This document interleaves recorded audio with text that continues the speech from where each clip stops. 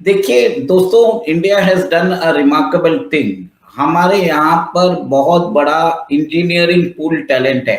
हम दुनिया भर के जो सॉफ्टवेयर जायंट्स है, अगर आप देख लीजिए, गूगल है, अडोबी है, माइक्रोसॉफ्ट है, वहां पर सारे जो सीईओज है इंडियंस है। इंडियंस जो है, they are powering the Silicon Valley growth. Even NASA के अंदर हमारे ही इंजीनियर्स काम करते हैं। अमेरिका के अंदर एक बिग टेक रेवोल्यूशन हो रहा है, जिसमें आप देखिए उनके पास जो उनका जो लार्ज लैंग्वेज मॉडल है, जिसको जैसे चैट जीपीटी है उनके पास, जेमिनाई है, क्लाउडी जैसे कंपनीज है। तो चाइना के पास उनका खुद का डीप सीक है, फिर बाद में बाइडू है, अलीबाबा है, और भी कंपनीज ने काम किया है। भारत ने अपना खुद का सॉवरेन एआई मॉडल, जो लार्ज लैंग्वेज मॉडल है, जो भारत का स्वदेशी चैट जीपीटी है, सर्वम एआई को इनॉग्रेट लॉन्च कर दिया है। सर्वम एआई ये इतना चर्चा में क्यों रहा है? क्योंकि पहले अंतर्राष्ट्रीय इन्वेस्टर ने इसकी काफी आलोचना की थी और एक समय के बाद अभी उसने ट्वीट करके यह बात कही कि सर्वम एआई दरअसल अच्छा एआई माना जा रहा है। सर्वम एआई को किसने बनाया? देखिए, इसे भारतीय भाषाओं और भारत की जरूरत को ध्यान में रखते बनाया गया है। ठीक है, और मेक इन इंडिया के तहत इसे एक इंपॉर्टेंट कदम के रूप में भी देखा जा रहा है। सर्वम एआई को 2023 में बनाया गया था। ठीक है, और इसका मुख्य जो मकसद है वो यही है कि भारत को हम ध्यान में रखकर जो भी डॉक्यूमेंट है, जो वो स्पीच टू टेक्स्ट या टेक्स्ट टू स्पीच है, उसको ध्यान रखें। ये एक भारतीय स्टार्टअप एआई कंपनी है। सर्वम एआई क्या है? यह एक भारतीय स्टार्टअप एआई कंपनी। ठीक है, बता भी दिया हमने, 2023 में शुरू किया गया था इसे।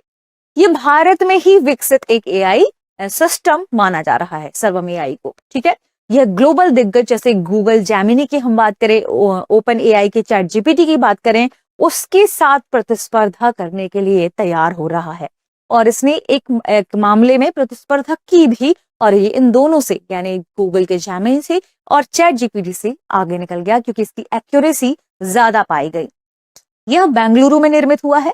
इसका मुख्य उद्देश्य है भारतीय भाषाओं, दस्तावेजों और स्थानीय उपयोग के लिए बेहतर एआई को बनाना। नमस्कार, अस्सलाम वालेकुम, सत श्री अकाल, जय झूलेलाल। मैं हूं जी प्रेम मटलानी और आप देख रहे हैं हालात हाजरा का प्रोग्राम। हकीकत ये है, इब्तदा में आपसे दरख्वास्त है, चैनल ज़रूर सब्सक्राइब करें। दोस्तों, कुछ महीने केवल मैंने एक प्रोग्राम किया था जिसमें मैंने बताया था कि कैसे भारत का जो इन्फोटेक इंफॉर्मेशन टेक्नोलॉजी का मिनिस्टर है जनाब अश्विनी वैष्णव, उसने ये दावा किया था कि हमारे इंजीनियर्स काम कर रहे हैं और बहुत जल्द ही हमारा अपना एक सॉफ्टवेयर, जैसा कि चैट जीपीटी है या गूगल कंपनी का जेमिनाई है या चीन का डीप सीक है, इस तरह का हमारा अपना एक सॉफ्टवेयर मैदान में आ जाएगा। आज वो सच साबित हो गया है। बेंगलोर की एक कंपनी है सर्वम एआई, उसने, वैसे तो वो कंपनी 2023 में काम बनाई गई थी, लेकिन कुछ रोज केवल उसने अपना एक प्रोग्राम लॉन्च किया है जिसको उन्होंने नाम दिया है सॉवरेन एआई। और इसके दो भाग हैं। उसको कहते हैं सर्वम विजन और बुलबुल V3। उन्होंने ये दो प्रोग्राम लॉन्च किए हैं और न सिर्फ उनका ये दावा है बल्कि ओपन सोर्सेज से भी इस बात की तस्दीक हो गई है कि ये जो दो प्रोग्राम हैं वो ख़ास तौर पर इंग्लिश और भारत की 22 ज़ुबानों में जो है चैट जीपीटी या जेमिनाई जो है उससे ज़्यादा अच्छा काम कर रहे हैं। और इनका जो अच्छा, आपको तो इल्म है, चैट जीपीटी पे आप जाते हैं तो आपको एक प्रॉम्प्ट देना पड़ता है। वो प्रॉम्प्ट में अगर कोई आपसे गलती हो गई तो आपका रिजल्ट भी वैसे ही हो जाता है। यहाँ पर ऐसा नहीं है। यहाँ खास तौर पर ओसीआर में, ऑप्टिकल कैरेक्टर रिकॉग्निशन, उसमें क्या है कि आप कोई भी डॉक्यूमेंट जो है उसका फोटो अपलोड कीजिए, वो उसको पढ़ लेता है और उसको आपको उसका एडिटेबल वर्जन दे देगा। आप उसको एडिट कर सकते हैं और ये इंग्लिश के अलावा भारत की 22 जुबानों में, 22 लैंग्वेजेस में। अच्छा, इनको ये जो एआई का जो ये काम होता है ना, इसको एलएलएम भी बोलते हैं, लार्ज लैंग्वेज मॉडल्स। तो अभी इंग्लिश में और भारत की 22 जुबानों में तो ये बाकायदा टेस्ट करके साबित किया गया है कि ये चैट जीपीटी और जेमिनाई से ज़्यादा अच्छा है। अच्छा, इनका जो टेस्ट किया गया तो चैट जीपीटी का जो रिजल्ट आया था वो था 84.3%, जबकि सर्वम विजन बोलिए तो इसका जो रिजल्ट आया था वो 93.28%। तो बहुत आगे है उससे।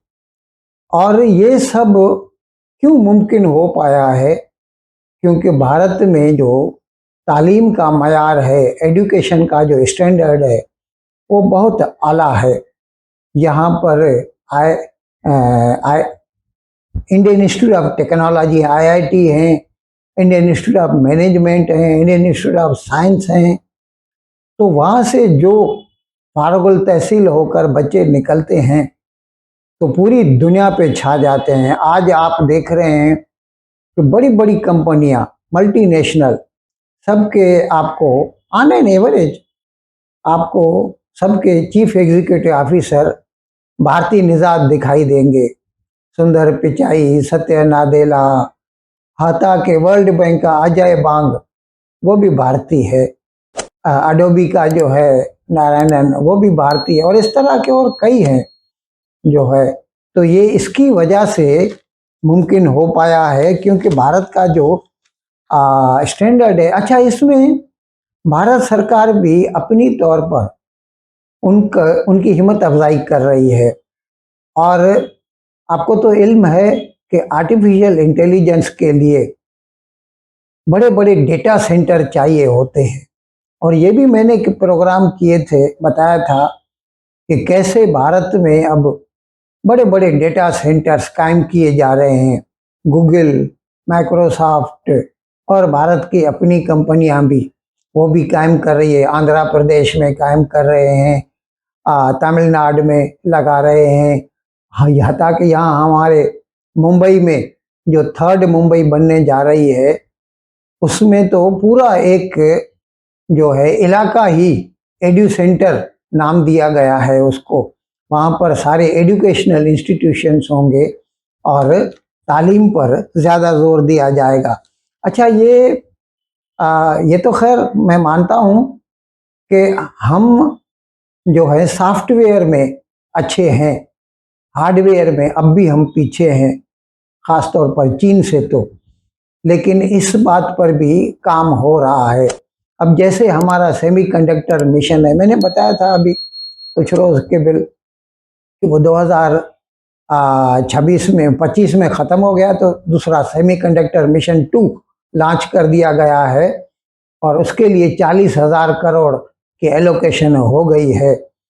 और जिसकी वजह से, अच्छा, ये जो डेटा सेंटर्स हैं ना, इनमें जीयूआई जो लगते हैं, ग्राफिक यूज़र इंटरफेस, वो अमेरिका की कंपनी है एनविडिया, वहाँ से लिए जाते हैं। और पूरी दुनिया, अतः कि चीन जो है, साउथ कोरिया है, सब लोग उसी से जीयूआई लेते हैं डेटा सेंटर में काम में लाने के लिए। ये जो डेटा क्रंचिंग करना होता है उनको, तो वो जीयूआई एनविडिया वाले बनाते हैं। लेकिन हम भी अभी काम कर रहे हैं। और खैर मैंने अभी प्रोग्राम नहीं किया, करना चाहता था। भारत ने अपना एक सेमीकंडक्टर 2 नैनोमीटर यानी आप बहुत पतला सा है, वो जितना पतला होता है ना इतना वो ज़्यादा प्रोसेस कर सकता है और जगह भी कम लेता है। तो वो भारत ने डिज़ाइन किया है और हमने उसका ऑर्डर ताइवान की कंपनी TSMC, जो दुनिया की सबसे बड़ी सेमीकंडक्टर मैन्युफैक्चरिंग कंपनी है, उसको ऑर्डर दिया है कि वो बना के दे TSMC को, ताइवान सेमीकंडक्टर मैन्युफैक्चरिंग कंपनी। तो वो भी आ जाएगा। तो हम न सिर्फ सॉफ्टवेयर बल्कि हार्डवेयर में भी काम कर रहे हैं। और सॉफ्टवेयर में आज तक हम बैक एंड का काम करते थे, यानी आउटसोर्सिंग। बड़ी बड़ी कंपनियां जो है अपना काम, क्योंकि भारत में लेबर सस्ता है एज कम्पेयर टू USA, हमारे लिए तो बहुत अच्छा है, तो वो काम वो जो है आउटसोर्स करते हैं, भारत वालों को देते हैं। लेकिन अभी हम अपनी सही कोशिश कर रहे हैं कि अपनी भी हम प्रोडक्ट्स बनाएं।